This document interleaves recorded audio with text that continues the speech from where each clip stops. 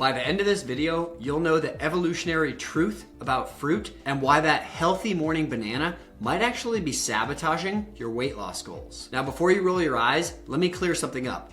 Fruit can be part of a healthy diet, but if you're dealing with stubborn weight, low energy, or cravings, the type and timing of your fruit consumption might be working against you. So here's exactly what we're gonna cover in this video through 4 different sections. In section 1, we're going back to our roots, literally, to understand fruit through the eyes of our hunter-gatherer ancestors and talk through why fruit can actually block fat loss in modern diets. Section 2, we'll go through the what, when, who framework, so you'll know which fruits to eat and when, based on your unique metabolic health. In section 3, we'll run quickly through the top 10 highest fructose fruits and the top 10 lowest fructose fruits. And knowing this alone can make a massive difference. And then in section 4, we'll go through the latest data on which fruits are most heavily impacted by pesticides, even the ones that you might think are the healthiest. And why is all of this so important?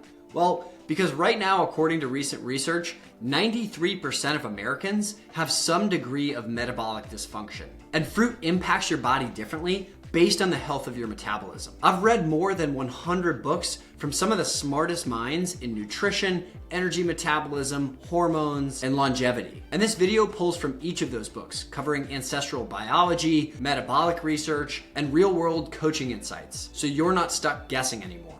All right, let's jump in.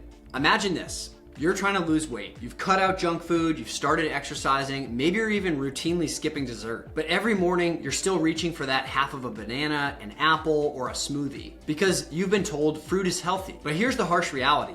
Fruit isn't what it used to be, and we're not built to handle it the way that we do today. If all of human history was a 24-hour clock, we were hunter-gatherers for about 23 hours and 12 minutes of it. So agriculture and farming, they only showed up in the last 48 minutes or so. And ultra-processed food, don't even get me started. That only showed up in the last 60 seconds. So as hunter-gatherers, we didn't have access to fruit all year round. It was seasonal, it was rare, and it was often pretty sour. Not quite the same as these massive, ultra-sweet hybrid fruits that we see now. So when you eat fruit, especially fruit that's high in fructose, your body gets a very clear signal that says, winter's coming and we may not find more of this. So store fat now. And this isn't just theory, this is biology.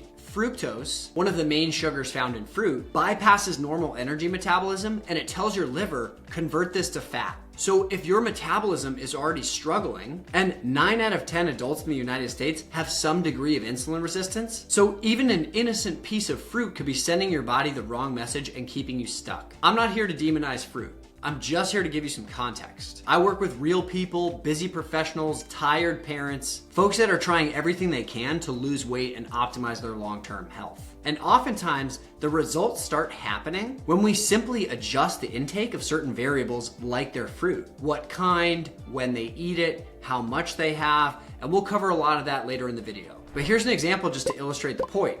I had a recent client who swapped her morning banana and yogurt for half of an avocado and eggs. She didn't change anything else. And in 4 weeks, she was already down 6 or 7 pounds with less bloating and better energy in the afternoon. No more 3 p.m. crash. And this whole concept is backed by tons of science. Dr. Rick Johnson at the University of Colorado has done some groundbreaking work on how fructose triggers a survival switch that leads to fat storage and insulin resistance, especially when it's consumed frequently. So no, you're not crazy for feeling like you're eating clean and you're stuck. There's probably just a few elements that aren't aligned with your biology just yet. So what can you do about it? Here's a really simple framework we use called the fruit filter. What, when, and who. What fruit you eat matters because not all fruits are created equal. When you eat it matters because your body handles sugar differently throughout the day. And who you are metabolically. Depending on your insulin sensitivity and your metabolic health, fruit may just hit harder for you. So let's break this down even further and start by just going through the top 10 highest fructose fruits and then the top 10 lowest fructose fruits. And with these first 10, you want to be really mindful of these, especially if you're trying to lose weight. So I'm just going to run through them rapid fire. Grapes, apples, bananas, pears, mangoes, cherries, pineapple, watermelon, dates, figs.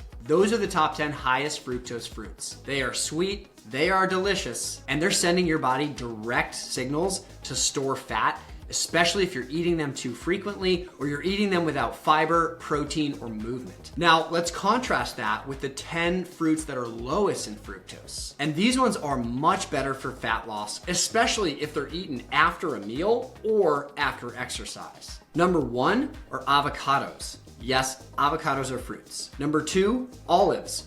Also fruits. Number 3, cranberries, although you want to prioritize the fresh ones, not the dried ones. Number 4, raspberries. Number 5, strawberries. Number 6, blackberries. Number 7, lemons. Number 8, limes. Number 9, tomatoes. And number 10, cantaloupe. And I would even throw in a bonus, blueberries, because they're fairly low in fructose and they have a ton of healthy antioxidants. Now, if you were to go through and break down the nutritional information for each of these, you'd notice 2 main themes. Most of these are low in sugar and they're high in fiber. And that's the trick. And here's a fun fact that surprises a lot of people. Avocados actually have twice the amount of potassium as a banana, with none of the sugar spike. So if you're eating a banana in the morning for the potassium, there's a much better option. Look, it's worth repeating again. I'm not here to tell you that fruit is evil. It's not.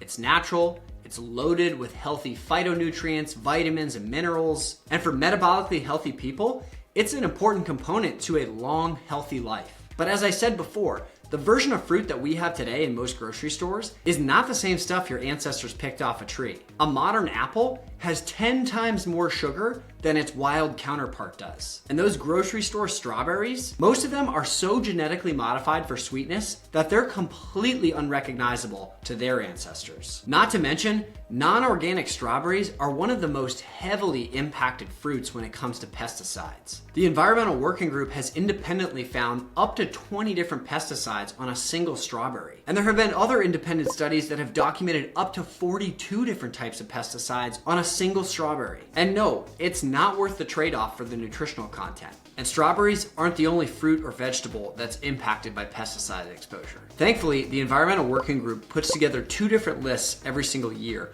One that they call the Clean 15 and one that they call the Dirty Dozen. The Clean 15 are the fruits and vegetables that are least impacted by pesticide exposure, and the Dirty Dozen are the dozen fruits and vegetables that are the most heavily impacted by pesticide exposure. So I'm gonna run through both of them right now, and this is a good thing to keep in mind when you're choosing which fruits or vegetables to try and buy organic. On the Dirty Dozen list, the number 1 most heavily impacted fruit or vegetable from pesticides, strawberries. Number 2 on the list is spinach. And number 3 was a grouping of other leafy greens. Kale, collard, and mustard greens. Number 4 was grapes. Number 5 is peaches. Number 6 is pears. Number 7 is nectarines. Number 8 is apples. Number 9 are bell and hot peppers. Number 10 are cherries. Number 11 are blueberries. And number 12 are green beans. When they were doing their 2024 testing, over 90% of the samples that they took of these fruits and vegetables tested positive